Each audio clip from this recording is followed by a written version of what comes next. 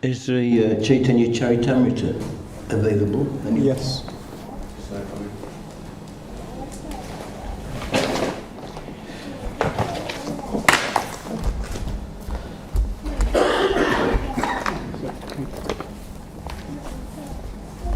So I've been asked to give a Chaitanya Charitamrita class this morning. There's quite a few verses actually. A purport to one verse. Hare Krishna. I shall go. A purport to one verse, but some 30 or 40 verses with no purport. So instead of doing a bhajan or anything, I'm going to chant the verses and proceed from there.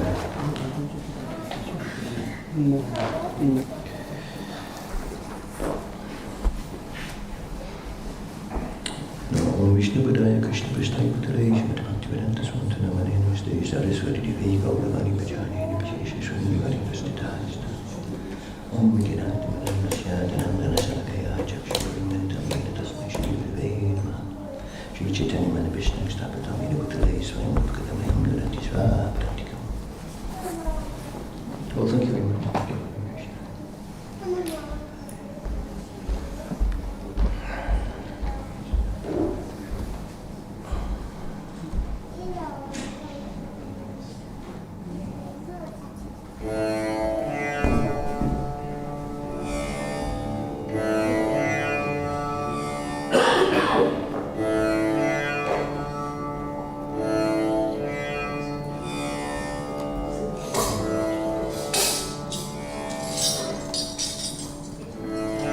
Jaya Jaya Shri Chaitanya Jaya Nityananda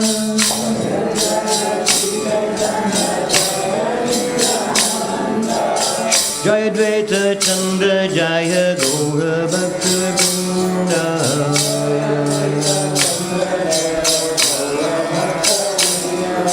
Jaya Jaya Shri Chaitanya Jaya Nityananda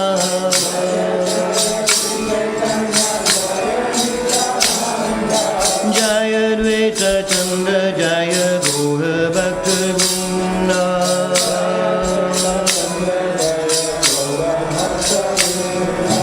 Jaya Jaya Sri Chaitanya Jaya Nityananda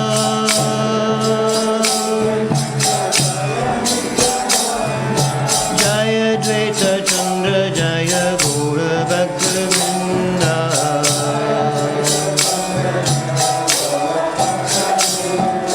Jaya Dvaita Chandra Jaya Gaura Bhaktivedanta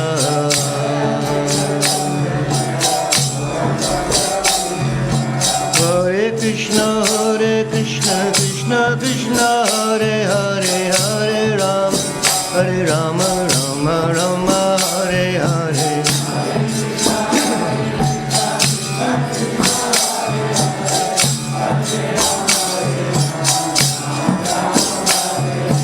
Hare Krishna Krishna Krishna Hare Hare Hare Rama Rama Rama Hare Hare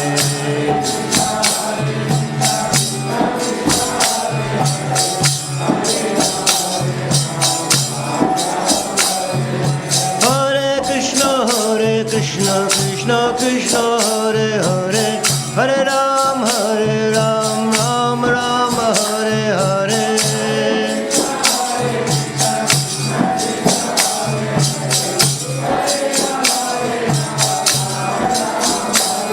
Hare Krishna Krishna Krishna Hare Hare Hare Ram Ram Hare Hare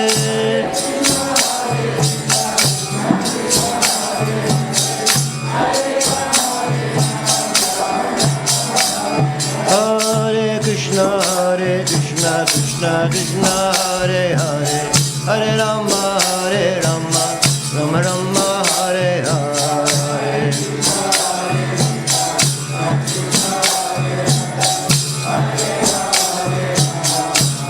Nitai Gaura Hari Mo Hari Mo Hari Mo Gaura Hari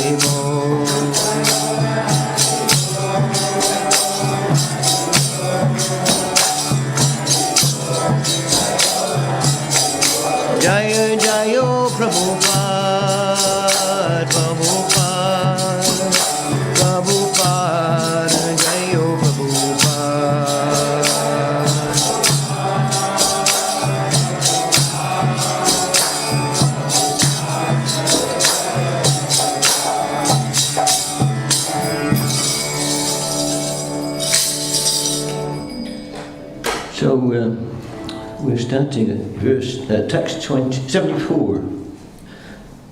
74. Charitamrita Madhya Lila, chapter 12.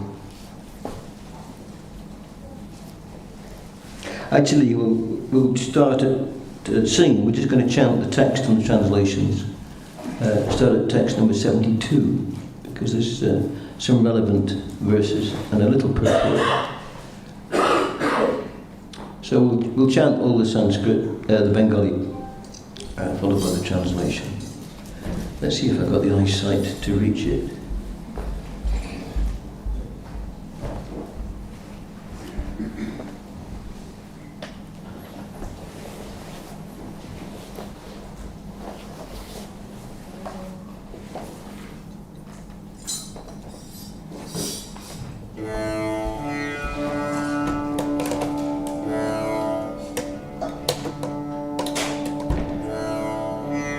Padicha kahe amesha baseva ka tomara ye tomar ichcha se ye kartavya amara. We chant, if you do it responsibly, it's going to take too long, I think. So I'll just chant it and listen to the translation when I read it.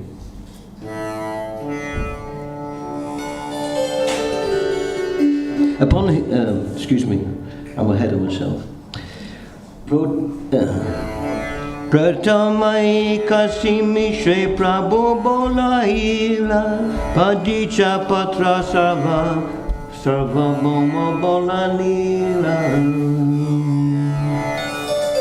Sri Chaitanya Mahaprabhu first of all called for Kashi Mishra, then for the superintendent of the temple, then for Sarvabhauma Bhattacharya. Tina Jana Pashe Prabhu Hashiya Kohito Tina Jana Pashe Prabhu Hashiya Kahila Kundicha Mandira Marjana Seva Maginira. When these three people came before the Lord, he begged them for permission to wash the temple known as Gundicha. When these three people came before the Lord, he begged them for permission to wash the temple known as Gundicha.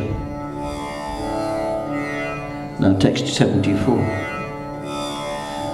Padiche kahe ame sab sevaka tomara ye tomara ichcha se kartavya amara. Upon hearing the Lord's request for permission to wash the Gundicha temple, the Padacha, the superintendent of the temple, said, "My dear sir, we are all your servants. Whatever you desire is our duty to perform." Visheshe Rajara Agna Hanache Hamare Prabhura Agna Ye Saisa Sigra Kartahare. The king gave a special order for me to do without delay whatever your lordship orders. I'm going to leave this aside, I can't read the writing. Oh, we've started washing the temple already.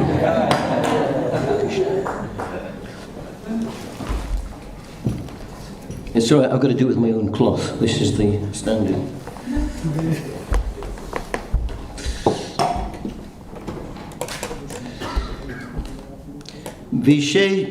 Visheshesha Rajara Agna Hanache Amare Prabhura Agna Yese Sigra Haribhare. The king gave a special order for me to do without delay whatever your lordship orders.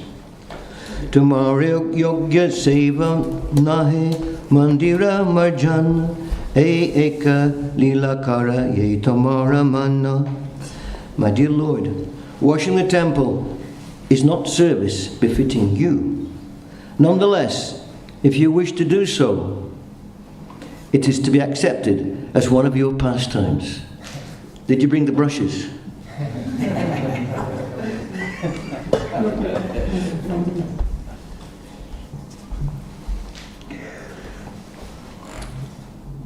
Kintu gata samarjani bahuta chaya agnadeha aji sabha tanani deya. To wash the temple, you need many water pots and brooms. Therefore, order me, I can immediately bring all these things to you. Nutana eka shata gatas sata samarjani padicha aniyadila prabhu ichajani. As soon as the superintendent understood the desire of the Lord, he immediately delivered 100 new water pots and hundreds of brooms, and 100 brooms for sweeping the temple. Aradine prabhate lana nichakana Shri Hashte Sabara Ange Lapila Chandana. The next day, early in the morning, the Lord took his personal associate with him and, with his own hand, smeared sandalwood pulp on their bodies.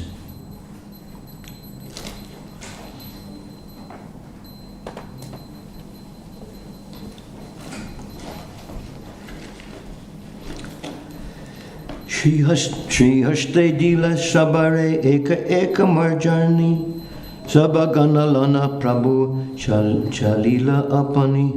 He then gave each devotee a broom with his own hand, and taking all of them personally with him, the Lord went to Gundicha. Gundicha Mandire Gela Karite Marjana Patame Marjani Lana Karila Shodhana. In this way, the Lord and his associates went to cleanse the Gundita temple. At first, they cleansed the temple with the brooms. Text 82. Bitara mandira upara sakala majia singasana majipuna stapane karila. The Lord cleansed everything inside the temple very nicely, including the ceiling. Then he took up the sitting place, Singhasan, cleansed it, and again put it in its original place. Chotabada mandira kaili marjana shodhana pache taiche shodhila Sri Jagamohana. Thus the Lord and his companions cleansed and swept all the temple buildings, big and small, and finally cleansed the area between the temple and the kirtan hall. Charidi ke shatta bhakta samarjani kare apani shodhina prabhu shikana sabare. Indeed, hundreds of devotees were engaged in cleansing all around the temple, and Sri Chaitanya Mahaprabhu was personally carrying out the operation just to instruct the others. Premola se shodhina layena Krishna nama Bhakta Gana Krishna Kahe Kare Nija Kama. Sri Chaitanya Mahaprabhu washed and cleansed the temple in great jubilation, chanting the holy name of Lord Krishna all the time. Similarly, all the devotees were also chanting and at the same time performing their respective duties. Dhuli Dushara Tanu Dekhite Shobhana Kahan Ashudale Kare Samarjana. The entire beautiful body of the Lord was covered with dust and dirt. In this way, it became transcendently beautiful. At times, when cleansing the temple, when cleansing the temple, the Lord shed tears, and in some places, he even cleansed with those tears. Bhogamandira Shodhana Kori Shodhila Prangana Sakali Abasa Krami Karila Shodhana. After this, the place where the deity's food was kept, the Bhogamandir, was cleansed. Then the yard was cleansed, and then all the residential quarters, one after another. Trina Tuli Jinkura Sabha Ekatra Kariya Bahir Baselana Palaya Bahira Kariya. After Sri Chaitanya Mahaprabhu collected all the straw, dust and grains of sand in one place, he gathered it all in his cloth and threw it outside. Following Aimata Bhakta Kana Karini Jabase Trina Dhuli Bharire Pelaya Parama Harise. Following the example of Sri Chaitanya Mahaprabhu, all the devotees, in great jubilation, began to gather straws and dust with their own cloths and throw them outside the temple. Prabhu kahe ke kata hari, Prabhu kahe ke kata kariache samrijana, Trina dhuli dekhilai janiba parishrama. The Lord then told the devotees, I can tell how much you have labored and how well you have cleansed the temple, simply by seeing all the straw and dust that you have collected outside. Sabara jantana boja ekatra karila, sabahaite prabhura boja adika ha'iyela. Even though the devotees collected dirt in one place, the dirt collected by Sri Chaitanya Mahaprabhu was much greater.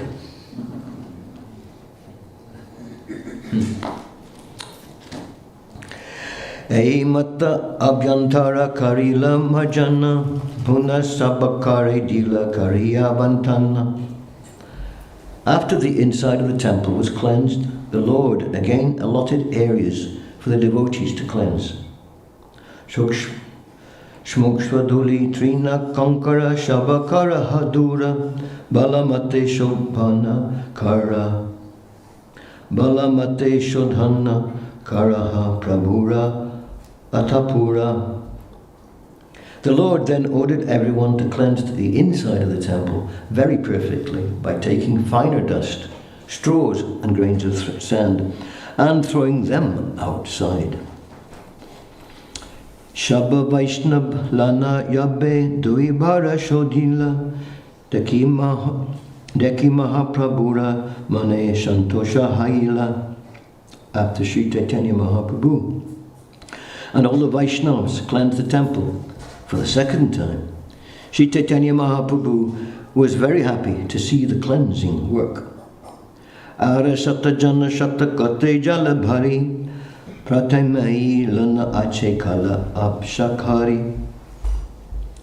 While the temple was being swept, about 100 men stood ready with filled water pots, and they simply awaited the Lord's order to throw the water from them.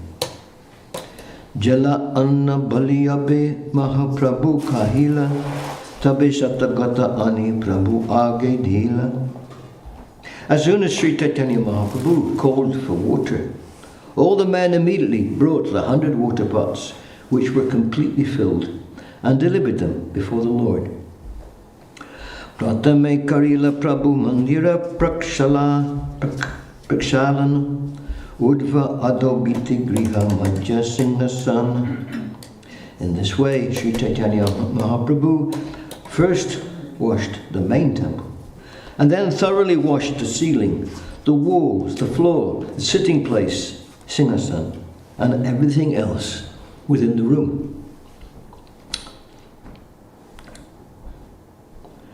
Kapara bhariya jale udve chalaila, se jale udva shodhi bita prakshalila. Sri Chaitanya Mahaprabhu himself and his devotees began to throw water onto the ceiling. When this water fell, it washed the walls and floor.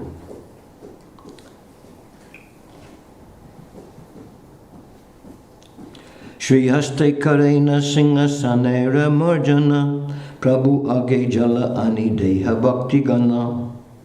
Then Sri Chaitanya Mahaprabhu began to wash the sitting place of Lord Jagannath with his own hands, and all the devotees began to bring water to the Lord. Bhaktagani kare griha majja prakshalana, nija nija haste kare mandira majana. all the devotees within the temple began to wash. Each one had a broom in his hand, and in this way they cleansed the temple of the Lord. Keha jala anideha mahaprubhara, keha jale anideha mahaprubhara kare, keha jale deha tanre charana upare.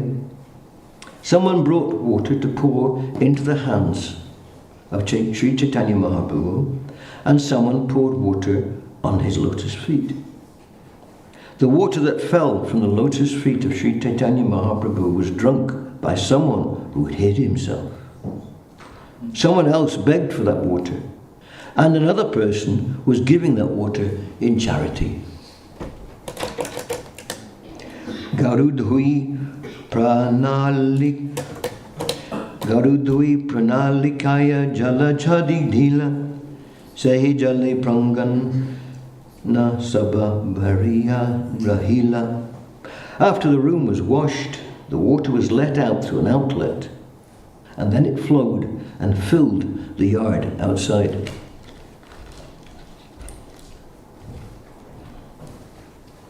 Only 20 more verses to go. So.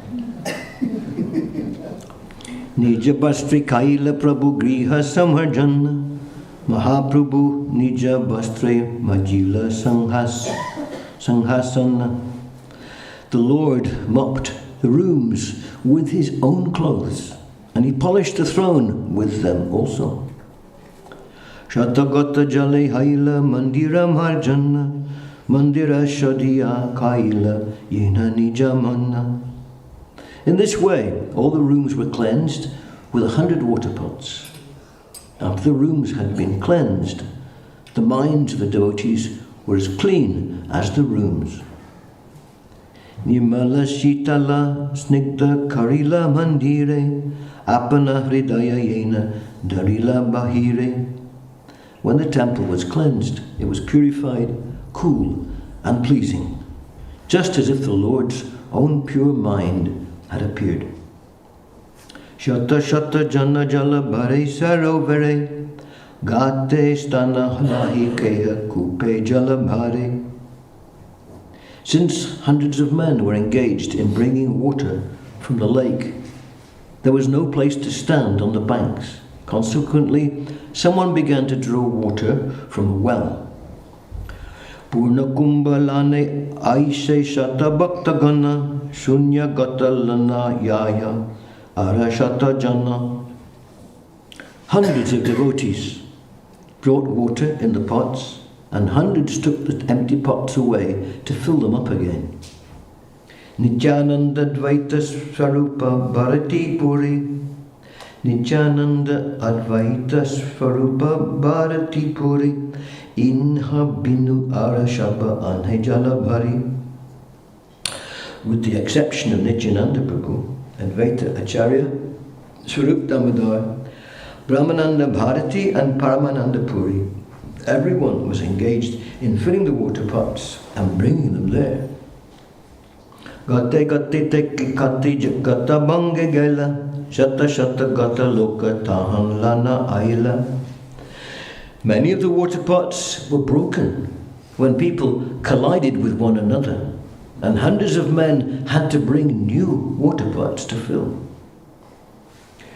Jalabare Gharadoya Kare Haridvani Krishna Haridvani Vina Arenahi Shuni.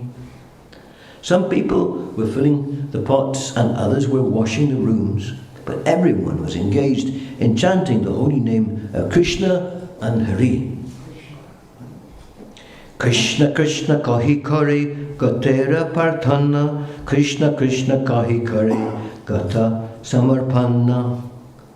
One person begged for a water pot by chanting the holy names Krishna Krishna, and another delivered a pot while chanting Krishna Krishna Krishna Krishna Krishna Krishna Krishna Krishna Krishna Krishna Krishna Krishna Krishna Krishna. But Krishna Krishna. Ye kahi chahi kahi Krishna name, Krishna nama haila sankete sabakame. When anyone had to speak, he did so by uttering the holy name of Krishna. Consequently, the holy name of Krishna became an indication for everyone wanting something. Prema beshe Prabhu kahe Krishna Krishna nama, ekale prema beshe kare shata janer kama. As Sri Chaitanya Mahaprabhu was vibrating the holy name of Krishna in ecstatic love, he himself was performing the work of hundreds of men. Shatahaste karena hena kshalana marjana prati jana pashayai karana sikshana. It appeared as though Sri Chaitanya Mahaprabhu were cleansing and washing with 100 hands.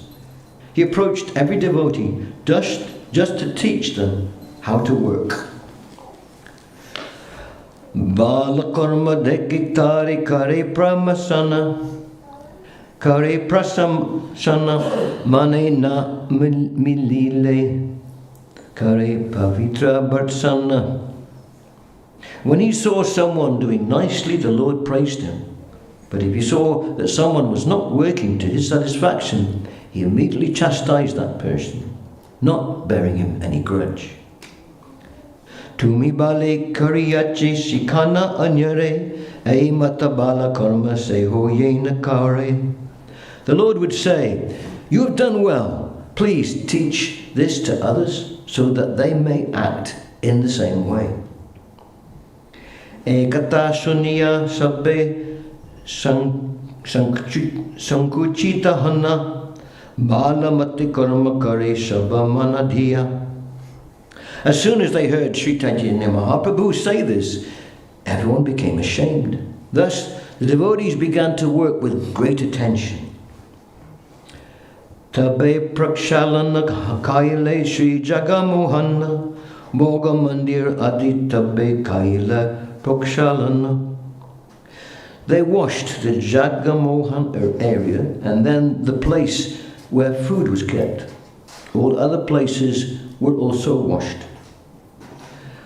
Natashala duila chat vara prangana pakashala adhikari karila prakshalana. In this way the meeting place was washed, the entire yard, the sitting places, the kitchen and every other room.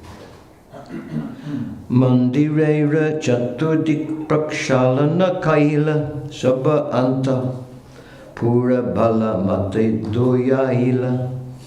Thus, all places around the temple were thoroughly washed within and without.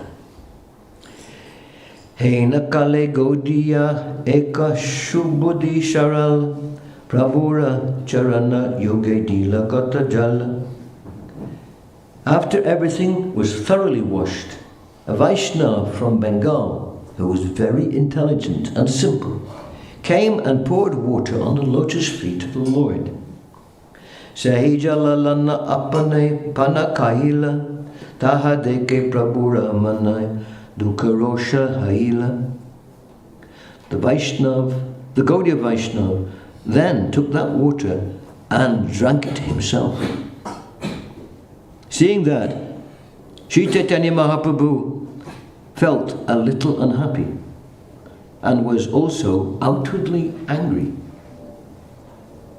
Yadyapi kosani tare hanache santosha karam dharma sangstapana lagi bahir mahalorosha. Although the Lord was certainly satisfied with him, he became angry externally in order to establish the etiquette of religious principles. Siksha lagi svarupa daki kahila tanhare edakatomara godiyara vyabhare. The Lord then called for Swarup Damodar and told him, "Just see the behavior of your Bengali Vaishnava. Ishvara mandira mura pada doyaila Se jala apani lana pana kahila. This person from Bengal has washed my feet within the temple of the personality of Godhead. Not only that, but he has drunk the water himself. E aparada mora kahan habe gati tomara godia kare etaka paijati. I do not know what my destination is because of this offence. Indeed, your Bengali Vaishnav has greatly implicated me.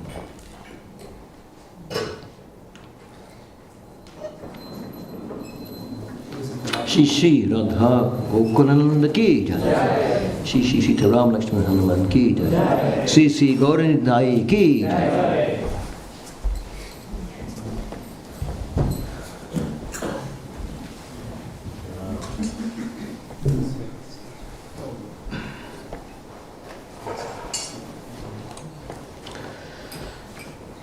Om Vishnu Padaya Krishna Prasthaya Bhaktivedanta Manor So now after all these verses we come to finally to Srila Prabhupada's purport. How long have we got before we all disappear for breakfast? 8:45. We've got 8:45? You can carry on longer. We've got 9 o'clock? Yes. Anyone else? Any other? 10 o'clock. 10 o'clock? Because Krishnanam does not get ready till 9:15. 9 o'clock. Is it? Yeah, because I serve every day. 9 o'clock. Yes. Okay. But the queue's ready at 9. Let the queue get ready. Okay, anyone wants to leave early for They are not in queue? the lecture. They never come for the lecture. That queue. Then they should not eat. Yeah. No? Yeah? No class, no eat. Meal tickets. So just keep an eye out, okay? And anyone who does that has to clean the temple. At 10:30. So, before we read the purport, I'm going to read the verses prior to this string of verses, the verse and the purport, because of course it all ties together.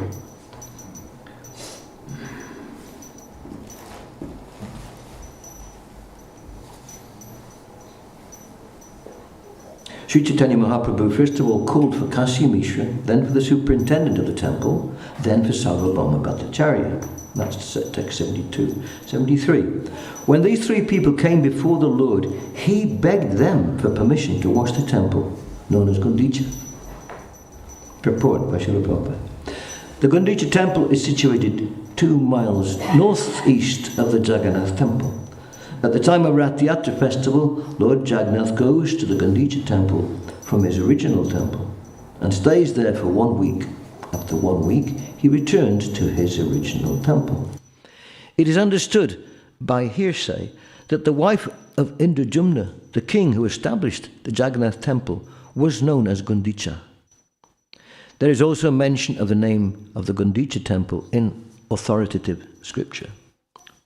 Prabhupada doesn't specify. But Prabhupada goes on to say, the area of the Gundicha temple is estimated to be 288 cubits by 215 cubits. Then in brackets, Prabhupada says a cubit is about 1.5 feet. The main temple inside is about 36 cubits by 30 cubits, and the kirtan hall is 32 cubits by 30 cubits. So we used to have imperial measures here, then we moved to the, what's it called? What do we call it? Yeah. Metric. And now we've got cubits. So just to translate, the Gundicha temple, the area is, it's basically 432 feet by 322 feet. And the area is 139,320 feet. And the temple inside is 54 by 45 feet. And the kirtan hall is 48 by 45. So what would you estimate the temple room here to be? How big are we looking at here? How big is this room? Any estimates? 35, 40 feet by 20 feet. 20, you reckon? 20 by Anyone got a tape measure? Yeah. Do you know, I actually meant to pace it out before I started class and I forgot. I was going to pace it out and say, well, this is roughly how size it is. So yes, maybe 40, 50 feet, maybe 25 feet, maybe 30.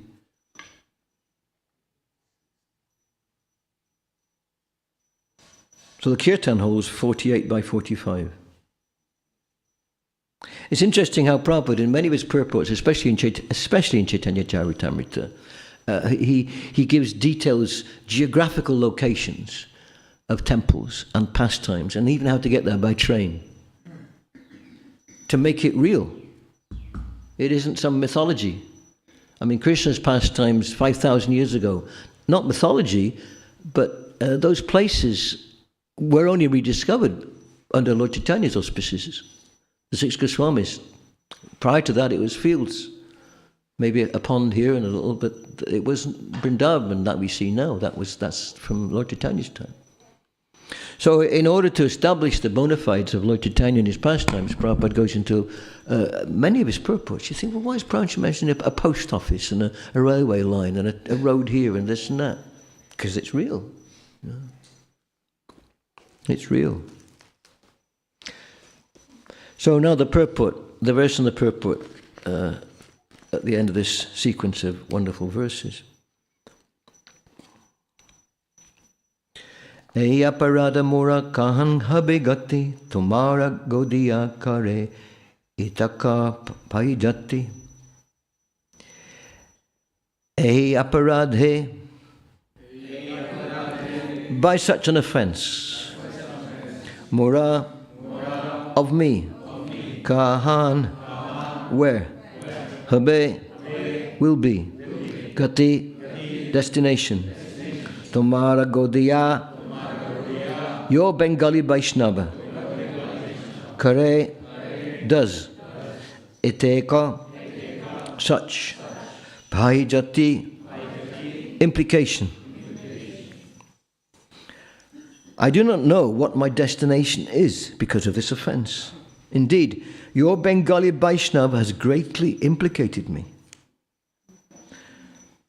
I now do not know what my destination is because of this offense. Indeed, your Bengali Vaishnava has greatly implicated me. This is Lord Chaitanya speaking. So please repeat. I do not know what is my destination because of this offense.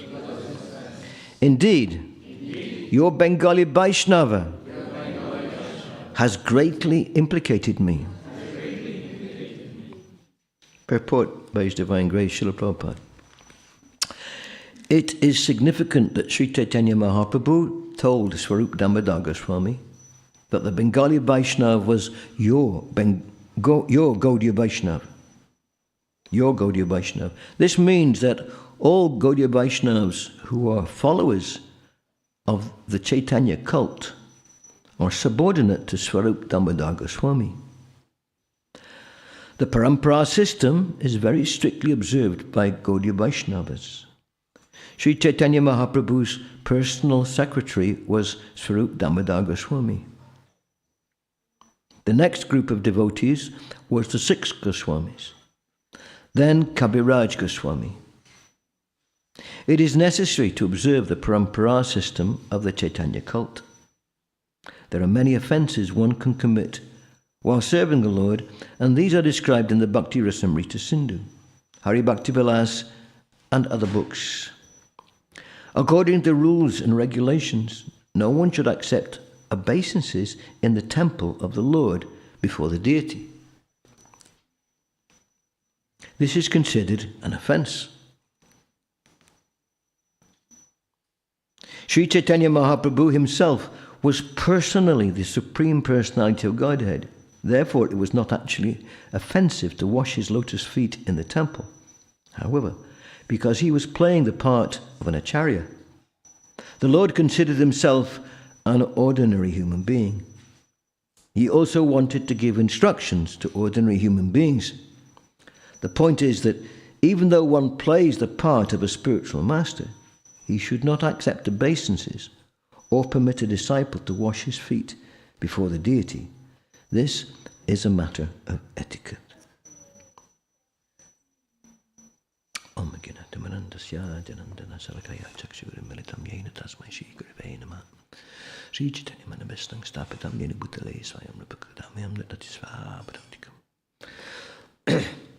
Well, we can start by mentioning this topic of obeisances.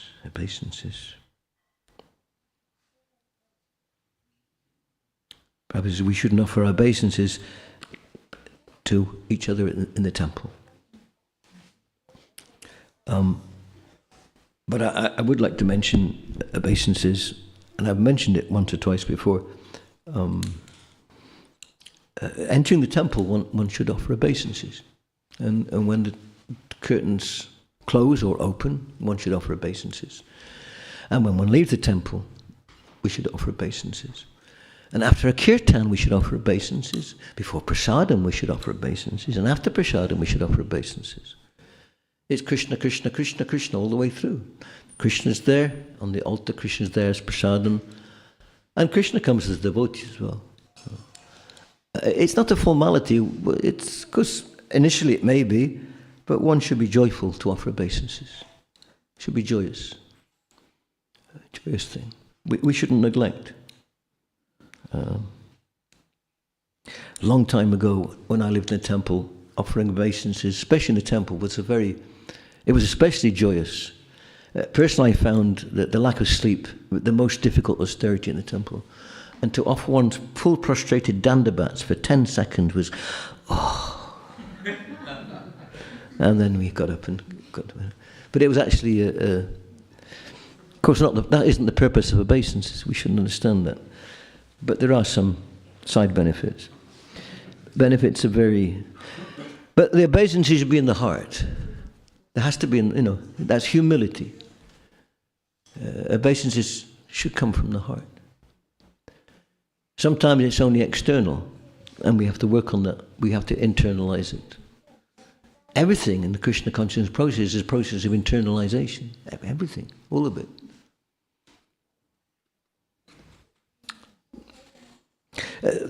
We see all these wonderful purports of Srila Prabhupada and the activities and the external activities of the great acharyas and the pure devotees are an expression of their inner state. They're an externalization of what's going on inside. They're externalizing it. Whereas the neophytes, like myself, we do something externally to try and make a change inside. Whereas the great Bhagavats, they're already pure. They make external changes to try and induce others to take up the process. So one is flowing from the outside in, and for the neophytes, the devotees, we're doing things on the outside to try and make the shift within. So this brings us to the whole cleansing of the Gunjita temple, which is about cleansing on every level, not just cleansing the temple. So I see the water's disappeared. Anyway, sorry, it's okay. I'm not thirsty. I'm okay. It's okay. Thank you. If I get thirsty, I'll suck my dhoti. I've got some.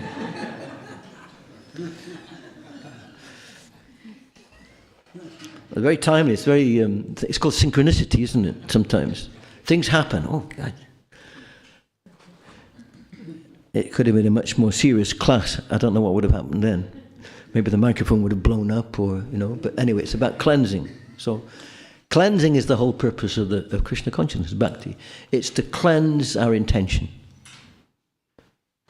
To cleanse the heart. And the heart is the seat of intention. The soul cannot, Prabhupada uses the word desire. It's the same thing, intention, desire. But intention it's very deep. What's my intention? So cleansing intention, it's paramount, the whole purpose. And that's right at the core.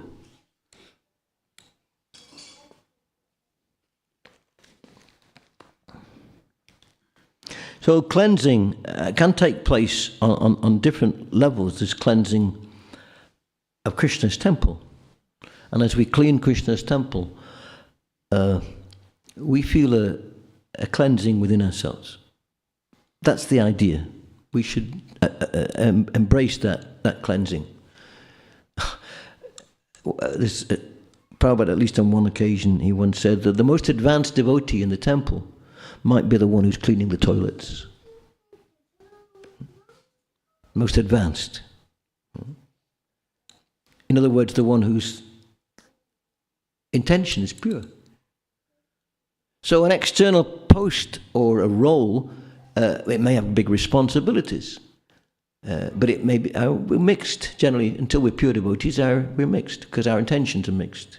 We're doing something for the acharya and the spiritual master, but we have a side agenda. It's going to make me famous, it's going to make me popular, it's going to bring me some money, it's going to do this, it's going to do that, it'll advance my career, or some even darker motives. So this is mixed devotional service. But as much as we purify our intention, then our progress is there, and we also infuse and enliven others. Others become inspired. So this cleanliness of the temple, that's our environment. Our immediate environment is what? What's our immediate environment for every single one of us? Body, yes, and mind, yes. So one step in from this environment is the body. And as they say, cleanliness is next to godliness. Prabhupada uses that phrase so many times in his purports. It's a well-known phrase, cleanliness next to godliness.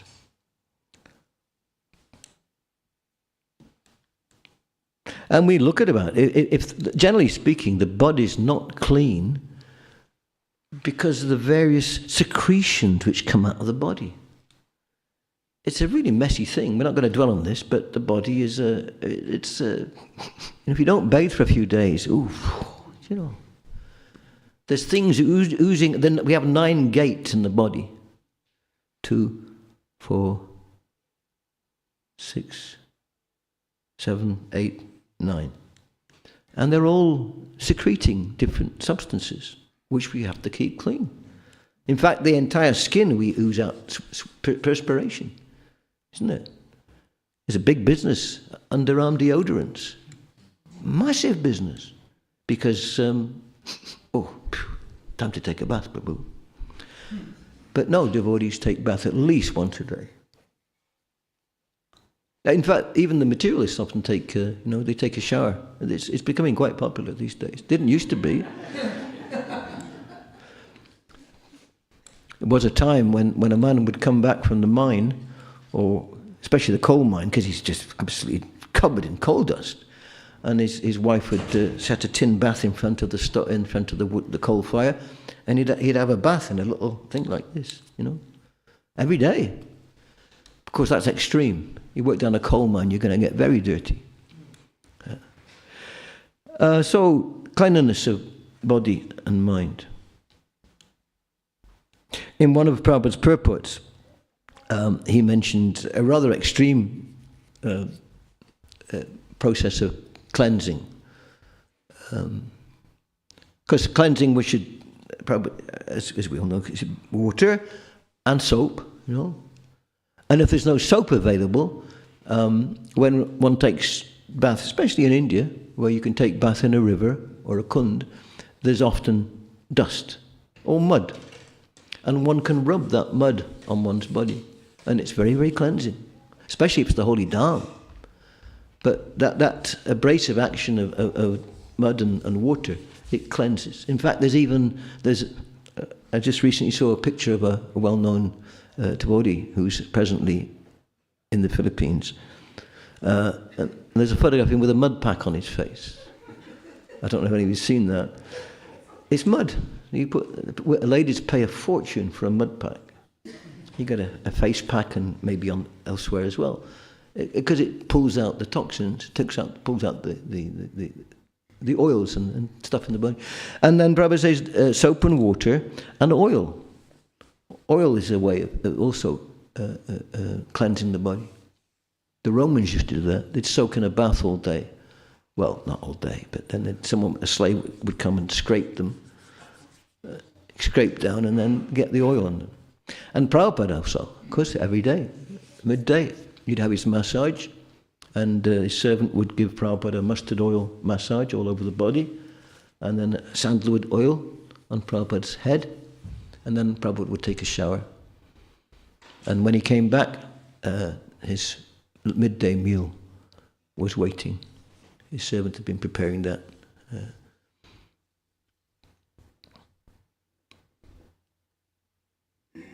And one Prabhupada's purports, Prabhupada mentions a process that the yogis do.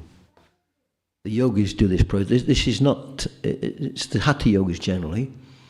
And I remember reading this when in my teens, I got a Penguin book about yoga. The Penguin, it's a publishing house, for those who don't remember that. It's a publishing house, Penguin Books. And a book about yoga. And it was hatha yoga, and there was a Westerner writing it, and he was, my God, he was serious, all the asanas. But it didn't stop at asanas. He had this process of, he snorts up a cloth up your nose and down the nose, and you can clean your nose up the nose and down back through the nasal passage, down through the mouth. So you can actually clean. Yeah. Oh, I should go. To the cloth to clean out, and it cleans not just the nose but behind the back of the throat. And something I've noticed over the years, this is it's a bit smelly, excuse me. It's not, but it might be a tip to some of you. But we've all heard of we've all maybe got bad breath, or sometimes people have got bad breath. But behind, I'm not an anatomist or a doctor, but there's a flap at the back of the throat that goes up to the nose, and there's like a flap back there that goes up from the back of the throat. And over a period of time, sometimes particles of food will collect up there, and they've nowhere to go. And it's like a little fat ball that goes bigger and bigger and bigger. This is for myself, maybe it's different for you guys. But, and you try and get it out, and it's right. When it gets to a certain size, it comes out, and it's, oh my God, the smell is unbelievable. It's bad breath smell. And I wonder if some bad breath is actually coming because the back of up there is actually because of the secretions up there. We're talking about cleansing, so don't be squeamish, we're trying to cleanse out. So this yogic process is to get rid of all that, but it doesn't stop there. Prabhupada mentioned it in one of his purports, and it was in this book about yoga. I thought, my God, I can't do that. And the yogic stands up to his waist in water and actually pulls out his entire intestines. Cleanses his intestines in the water, in the river, and pushes it all back in again. So this is called colonic cleansing on a yogic platform. But I've never heard of the Bhakti yogis doing that. We take Krishna Prasadam, it's much, much easier. But, so cleansing, that's extreme. But Hatha Yoga is actually quite extreme. It's really rigorous, it's very strict, very, very strict. Very austere. But does it change the heart? That's a big question. Very easily it doesn't. Because one gets so absorbed in the austerities, which are severe, one becomes perhaps proud, or one begins to taste the benefits of controlling the life airs, and one gets distracted by mystic powers, etc. I mean, the demons were some of the greatest yogis in terms of austerity. Hiranyakashipu and Ravana, they knew how to do yoga. No, not bhakti. Because the inner change hadn't taken place. The intention hadn't been purified. It's all about intention. So cleansing, that's cleansing the body, then cleansing the mind. Prabhupada speaks about the dust accumulated for years together on the mind. The dust. What is this dust? What is this dust? What does it spring from? The word rhymes with dust. Lust, yes. It's lusty dust. which actually isn't a joking matter, really. But yes, it's that dust is lust. And it permeates every level of our existence in the material world. It isn't just gross carnal lust, it's lust on every level. Lust for profit, lust for adoration, lust for distinction, lust for facilities, lust for control, lust for... It goes on and on and on and on. It doesn't stop.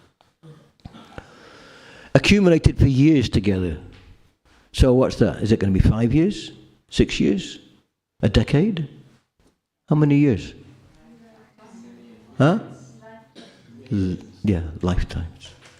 Lifetimes. How many lifetimes? Billions, huh? Any advance on billions? Countless, yeah. There's probably since time immemorial. There's no point which one can actually say, well, that's when the Jiva soul first came to the material world.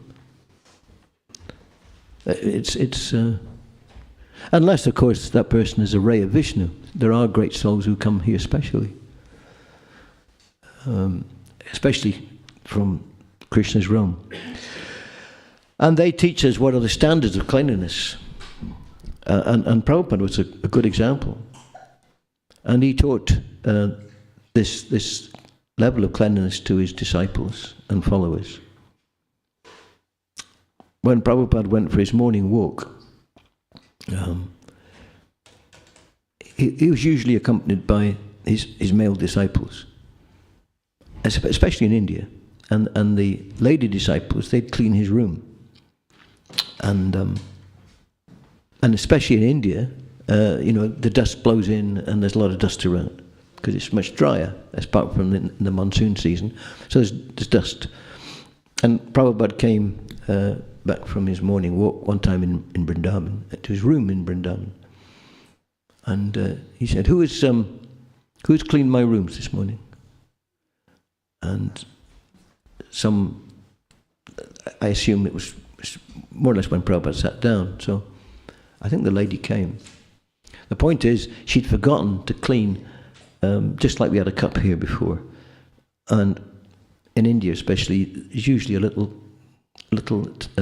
plate, tiny plate on top of the cup that fits on the top of the cup. Because dust blows in and flies go in there, or a gecko drops off the ceiling, something like that. It's to keep it, keep it clean. And the lady had forgotten to clean that little cup.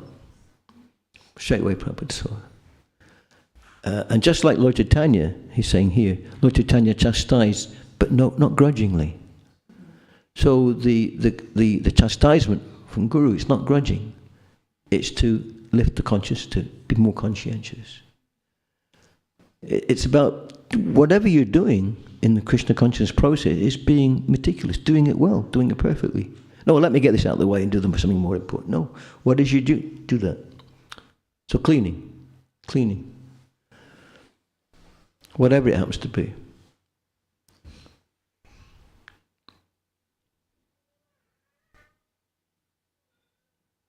So cleanliness of mind is there, and as Prabhupada says so many times, cleanliness of body, soap and water, oil, maybe mud, if you know soap, and cleanliness of mind by chanting the holy name. Yes, chanting the holy name. That's the simplest.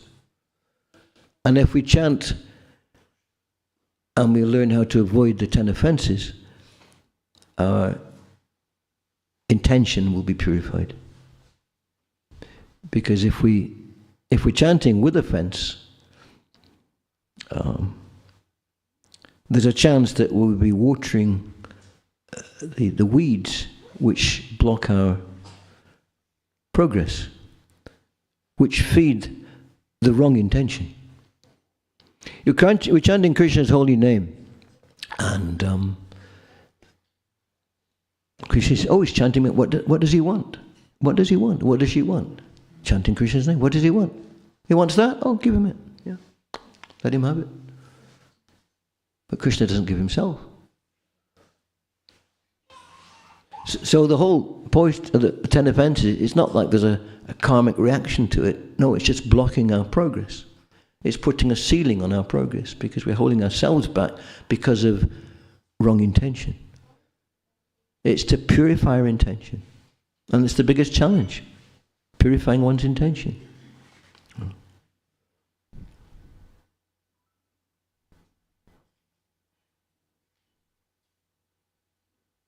When Prabhupada used that word, transparent via media, he used that over and over again. The bona fide spiritual master, the Acharya, is a transparent via media for Krishna's mercy, for the mercy of the parampara, for the instructions of the parampara. He doesn't get in the way. His agenda, his intention is to be a servant of his authorities, his superiors, and to serve that mission. It's transparent. So that's pure intention. But cleanliness is not just there in our, we aspire for that bodily and mentally and spiritually. I was thinking about the various, where cleanliness and the idea of dust comes into our worldview.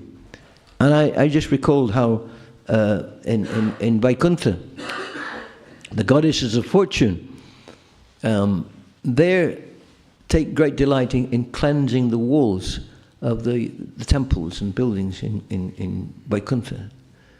They're all made of chintamani. Everything's totally spiritual, but they're absorbed in cleaning. Now, whether or not there's anything to clean, is there dust there? I don't know. If it is, it's spiritual dust. But they're cleaning. They want to serve. What can I do? What can I do? What can I do? So they're cleaning the temples, even in the palaces, even in Vaikuntha. So one goes to a holy dham like Vrindavan and Mayapur and Jagannath Puri. It's a holy dham. So one may ask the question, well, like you go to Soho Street Temple, there's a little bowl of dust on the counter when we go to the reception downstairs at Soho Street Temple. I don't know whether there's any here. The little bowl, it's dust from the holy dhams. And put it on your head. Well, what are we putting dust on our head? Don't we want to get rid of all the dust? Isn't that what vacuum cleaners are for? And dustpan and brush, get rid of all the dust. Well, dust has different functions, different potencies, depending on where the dust comes from, the nature of the dust. We want to get rid of the dust. Just the other day at the Gurukul meeting, or at the Gurukul every Friday, not a lot. It wasn't packed out, but the children came in and the parents were there. And at the end of the evening, one devotee was using a dustpan and brush and sweeping up. You couldn't believe the amount of dust. Where's it all come from? It's unbelievable. So much dust. Just from a couple of dozen people coming in. But the dust in the holy dham, even though it's sacred, we clean the temple. It's Vrindavan dust, but you don't let the dust pile up in the temple. Prabhupada said that little on his cup, the cup cover hadn't been cleaned. And yet, when we leave the holy dham, we take a box or a tin of dust with us because we want to get, throw it around and, purify ourselves in our house. My mother passed away recently, and I was with her in that morning. I'd been there for a few months, but I sprinkled some dust on her before she left, and in her mouth as well. So she had some good association. Dust. We wouldn't do that we wouldn't open the vacuum cleaner and take this stuff, would we? Well, sacred dust, yes. And who is it that doesn't want to take the dust to the lotus feet of the spiritual master on their head? Who would refuse that? What to speak of the dust from Krishna's lotus feet? In fact, the devotee aspires to be a particle of dust at the feet of Krishna. So someone would say, well, these people are crazy. What? They want to be a bit of dust? And what's the embodiment of dust? What's the characteristic of dust? It's like a straw in the street. In fact, this whole pastime is collecting not just dust, but bits of straw and leaves and other bits and pieces. There's no bits of plastic or paper bags, but there'll be all sorts of bits and pieces so you sweep it all up and take it away. But it's something that everybody walks on. So to aspire to be a particle of dust means one is feeling self, one is trying to feel that humility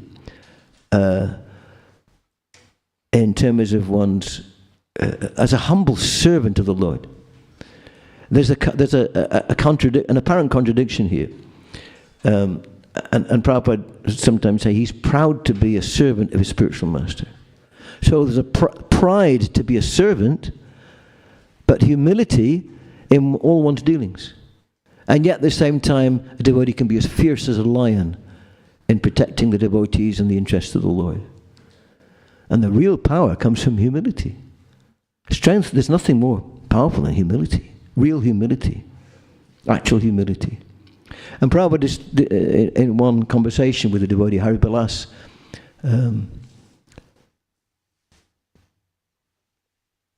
said, but what is real humility? What is humility? And Prabhupada said, he said, not family, not bank balance, not job, not prestige, not your car. He gives a whole list, not this, not this, not this, not this, not this. None of these things will actually give you shelter, but only Krishna. In other words, recognizing that nothing in this world can give me shelter. My only shelter is Krishna. He said that's humility. To recognize one's complete dependence on the mercy of the Lord. There's no arrogance involved. The pride is being a servant of the Lord because he's my only shelter.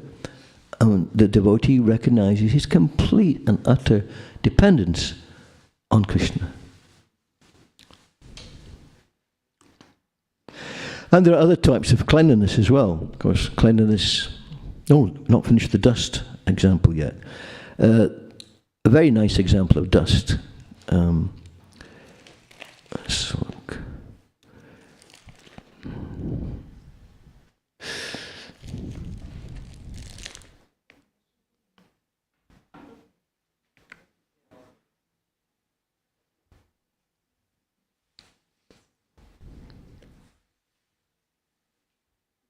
This is a very nice, it's from the Bhagavatam 4:20, 25. The translation, my dear Lord, you're glorified by the selected verses uttered by great personalities. Such glorification of your lotus feet is just like saffron particles. When the transcendental vibration from the mouths of great devotees carries the aroma of the saffron dust of your lotus feet, the forgetful living entity gradually remembers his eternal relationship with you. Devotees thus gradually come to the right conclusion about the value of life. My dear Lord, I therefore do not need any other benediction but the opportunity to hear from the mouth of your pure devotee. My dear Lord, I therefore do not need any other benediction but the opportunity to hear from the mouth of your pure devotee. So we are so fortunate that even though Srila Prabhupada is no longer physically present, he's present in the visual sound vibration of his books, the written word. It's coded sound vibration. And not only that, but because of the wonders of present technology, we can actually hear the voice of Srila Prabhupada. And we can also hear and associate with those who have taken Prabhupada's instructions and everything to heart. And their vibration is very purifying. It's all about intention. If the intention is to please the Acharya, that sound vibration is very, very purifying. And in the purport, this is a very nice part of the purport. Prabhupada says, it's quite a long purport, but just a little paragraph. Again, it's about dust particles. A pure devotee always engages in the service of the Lord, taking shelter of his lotus feet, and therefore he has a direct connection with the saffron mercy particles that are strewn over the lotus feet of the Lord. Saffron mercy particles. What a very nice analogy. So mercy particles, this is dust.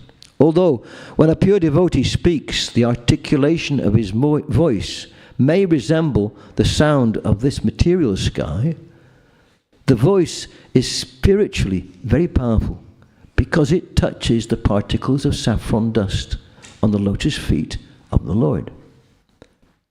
As soon as a sleeping living entity hears the powerful voice emanating from the mouth of a pure devotee, he immediately remembers his eternal relationship with the Lord, although up until that moment he had forgotten everything.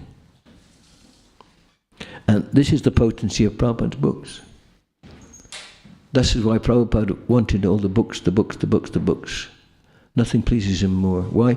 Because Prabhupada is giving his direct association to whoever reads the books. Is that Prabhupada speaking directly to whoever reads his books?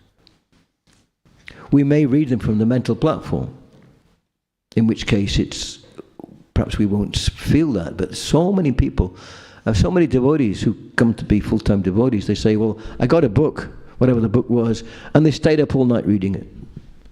They couldn't put it down. Totally transformed their life. I don't know how long you'd have to stay up to read the whole Srimad Bhagavatam, but generally we do it in installments.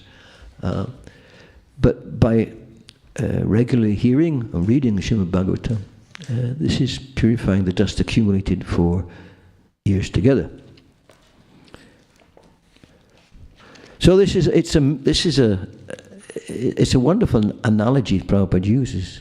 Although when a pure devotee speaks, the articulation of his voice may resemble the sound of this material sky, the voice is spiritually very powerful because it touches the saffron particles.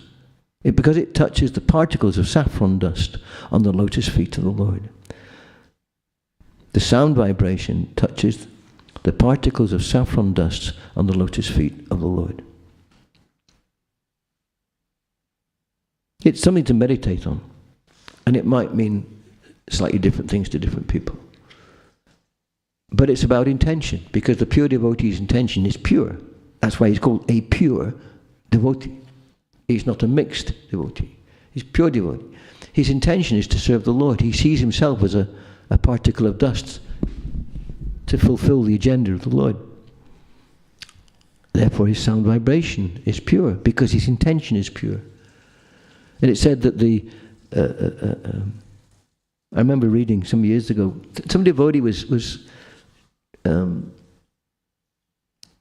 he was amazed at how Prabhupada's mannerisms and gestures and features were always so attractive. He was trying to understand this. And he said some years later he read that the pure devotee embodies all the good qualities of all the demigods. Because his intention is pure, even the slightest gesture is pure. And devotees would fall in love with Prabhupada. Men and women alike. Shamsundra in his book, in his Rhinoceros series, so many times he says how much he's in love with Prabhupada. Loving. And that key, loving the Acharya, is the key to loving Krishna. So I made quite a few notes. There's quite a few things I've not really touched on. It's 9:02. Cleanliness comes in different categories in behavior, clean behavior. Commercial exchanges can be insidious or they can be clean. Cleanliness, you apply it to every aspect of life. interaction between people, politics, economies, the environment, how we deal with each other, everything. Is it clean? Is it polluting? Or is it cleansing? Is it something which is cleansing? And in Kali Yuga, everything gets polluted. We shouldn't be surprised. Politics is polluted. The environment's polluted. Education's polluted. Money's polluted. Everything's polluted because the intention is polluted. It's me, me, me, me, me, me, me, me, me. More and more and more and more. So, Prabhupada gives a few examples in his purports about how to be clean in various aspects of life. And as the chanting of the holy names spreads, and as the Prabhupada's books, distribution of Prabhupada's books spread, as people become more sympathetic and see the need for not just spiritual life, but especially the Krishna consciousness process of Lord Chaitanya, then we can look forward to 10,000 years of Lord Chaitanya's golden age. It's already starting. It's here. But it doesn't mean to say it's a utopian situation. Prabhupada dismisses the idea of utopia over and over and over and over again.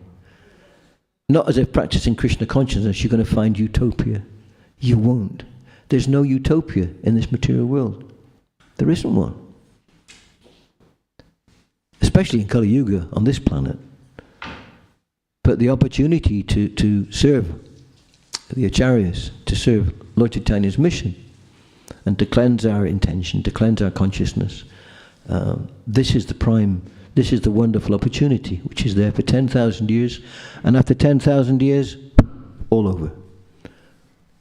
When Allen Ginsberg asked Prabhupada, well, what happens after 10,000 years? Prabhupada says, I will eat you, and you will eat me. You can imagine Prabhupada raising his eyebrows and his big open, oh. Don't take birth again in Kali Yuga, because nothing here is clean. We shouldn't be surprised how dirty things get, but we can try to remain clean and not be too much affected. Hare Krishna.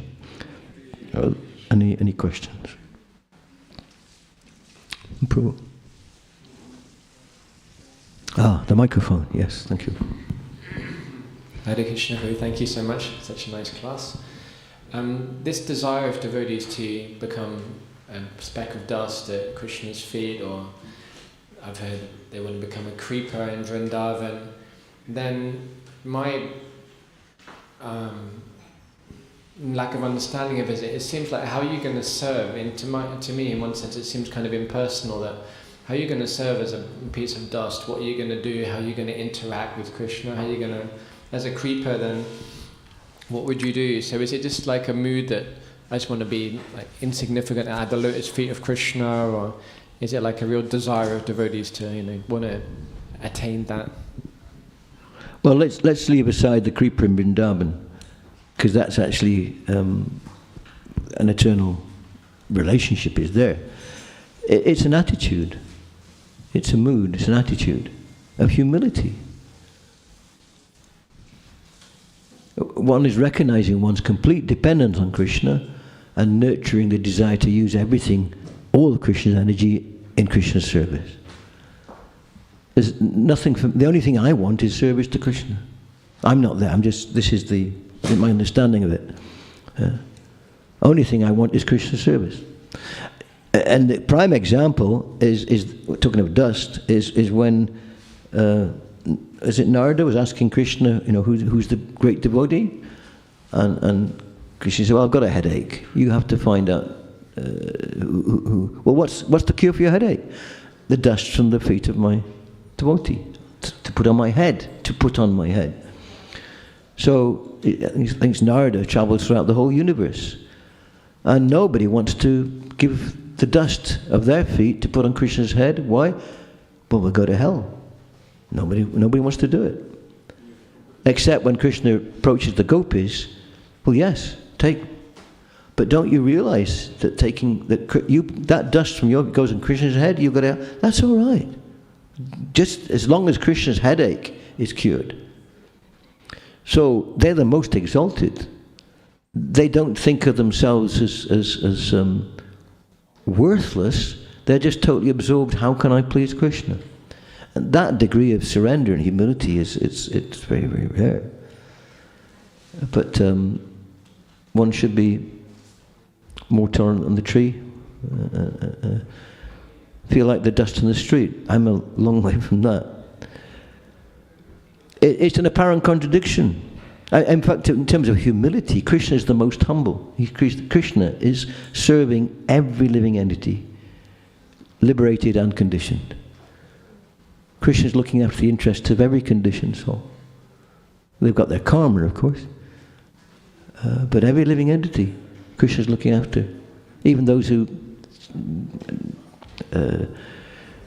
blaspheme him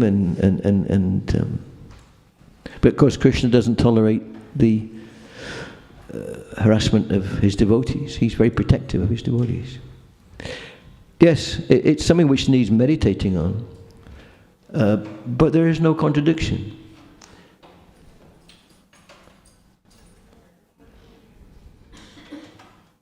One doesn't think oneself worthless, but one has no material plans for oneself.